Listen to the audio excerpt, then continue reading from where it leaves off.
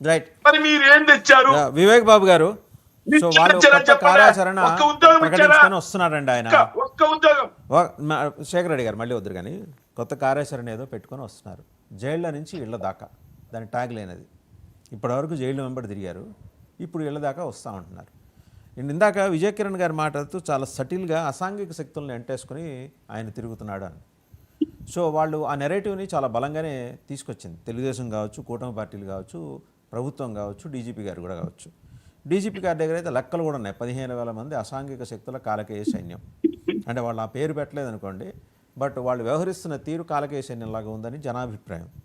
నిజంగా అంతోటి అసాంఘిక శక్తులు ఇప్పుడు జొరబడి ఇప్పుడు ఈయన చేపట్టిన రీకాల్ చంద్రబాబు మేనిఫెస్టో ప్రోగ్రామ్ చూసారా, దాంట్లో కూడా జొరబడే ప్రమాదం ఏమన్నా మీకు కనిపిస్తోందా?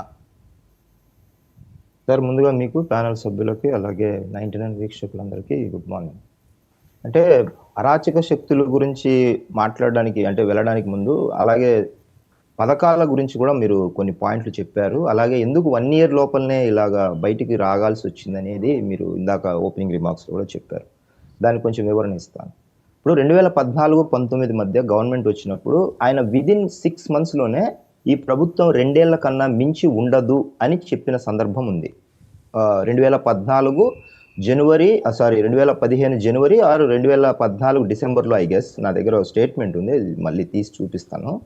సో ఆయన గవర్నమెంట్ తప్ప వేరే ఏ గవర్నమెంట్ని ఆయన యాక్సెప్ట్ చేయడు, ఫస్ట్ పాయింట్. రెండో పాయింట్ వచ్చేసి ఆయన ఒక గవర్నమెంట్తో ఒక ప్రతిపక్ష నాయకుడిగా సహకరించే విషయంలో కావచ్చు, లేకపోతే అఖిల పక్షంలో వేసి గవర్నమెంట్కు సపోర్ట్గా అంటే విమర్శించే సమయంలో విమర్శిస్తూ స్టేట్ ఇంట్రెస్ట్లను ఆ ఇంట్రెస్ట్ని తీసుకెళ్లే విషయంలో ఆయన ఏ రోజే కానీ అటువంటి నాయకత్వ లక్షణాలు చేయలేదు.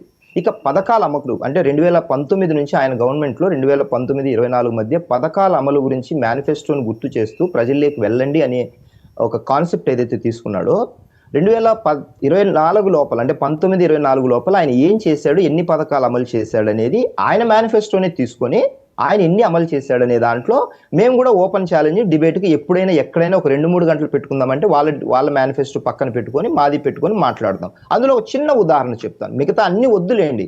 ఆ మేనిఫెస్టోలో ఎన్ని అమలు చేశారు, ఎంత డబ్బులు వేశారు, ఎన్నిసార్లు డబ్బులు వేశారు, ఎన్ని విడతలుగా వేశారు, బటన్ నొక్కిన తర్వాత ఎన్ని నెలలకు డబ్బులు పడ్డాయి, బాధితులు ఎంత గగ్గోలు పెట్టారు, పిల్లలకు సంబంధించిన ఫీజు రీఎంబర్స్మెంట్కి సంబంధించిన డబ్బులు రాక ఎంతమంది పిల్లలు ఓన్గా డబ్బులు కట్టారు, అప్పులు పాలయ్యారు, ఆ పిల్లల డీటెయిల్స్ అన్ని కూడా మా దగ్గర ఉన్నాయి. వాళ్ళని బయటికి రివీల్ చేస్తే వాళ్ళకి ఆ సర్టిఫికేట్లు రాదని గగ్గోలు పెట్టి ఏడ్చి చెప్పొద్దన్న మా విషయాలు వివరాలు ఏదో మా తిప్పలేదో మేము పడతామని చెప్పిన సందర్భాలు ఉన్నాయి. అందులో ఒకే ఒక్క పథకం గురించి చెప్తాను, మిగతా అన్ని వద్దులేండి.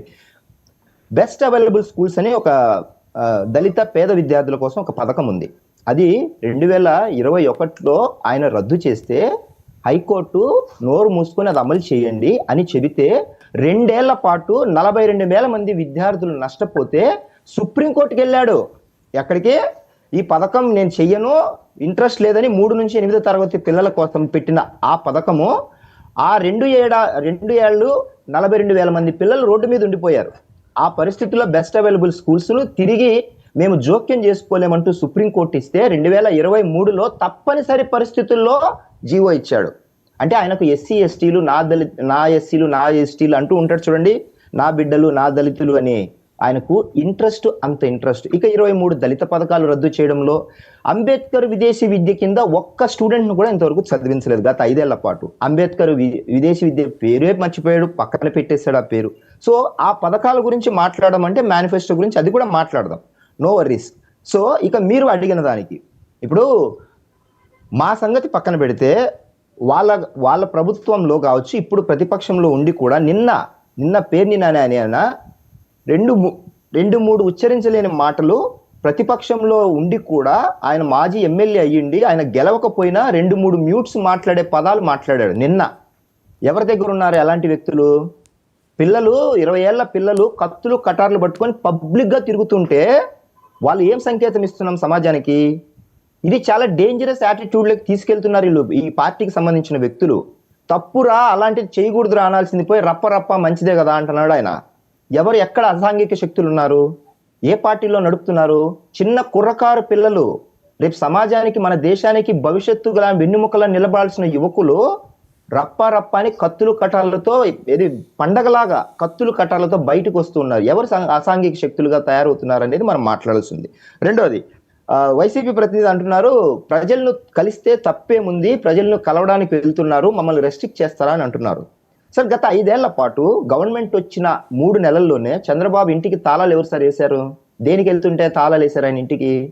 ఎందుకు వేశారు తాళాలు? చిత్తూరుకి ఏదో పర్యటనకి వెళ్తున్నాడు ఆయన. తాళాలు వేసి ఎలా చేశారు? మా అధినేతని ఏం చేశారు? పోరాట యాత్రనో లేకపోతే ఇంకోటి ప్రజల సమస్యలు చర్చించడానికి జనవాణి దగ్గరికి వెళ్తూ ఉంటే వైజాగ్ లో 3 రోజుల పాటు హౌస్ అరెస్ట్ చేశారు, హోటల్ నుంచి బయటకు రాకుండా. మా పార్టీ గేట్ బయటకు రాకోకుండా 3 సార్లు ఆపారు. చేతులు కట్టుకునే వెళ్తాను, మీరు ఏమైనా చేసుకోండి అని అంటే అది ప్రజల వద్దకు వెళ్ళడం కాదా? ఒక పార్టీ అధినేతగా ప్రజల దగ్గరికి వెళ్ళకూడదా? మేమేం మీకు రెస్ట్రిక్షన్స్ పెట్టలేదు, మీలాగా హౌస్ అరెస్ట్ చేసి బయటకు రానియట్లేదు. బాబు 100 మంది వెళ్ళండి, ఆ ఊరు సరిపోదు, ఆ గ్రామం తట్టుకోలేదు, మీరు వస్తే చచ్చిపోతారు బాబు అని పోలీసులు ముందే హెచ్చరించిన 100 మంది కార్లు వేసుకొని 10,000 20,000 జనాన్ని పోగేసుకొని దండాలు పెట్టుకుంటా వెళ్తే అనుకున్నట్టే 3 చనిపోయారు. దానికి కారకులు ఎవరనాలి? మేమేం రెస్ట్రిక్ట్ చేయలేదు, వాళ్ళలాగా ఇంట్లో నుంచి బయటకు రాని మనం అనలేదు కదా.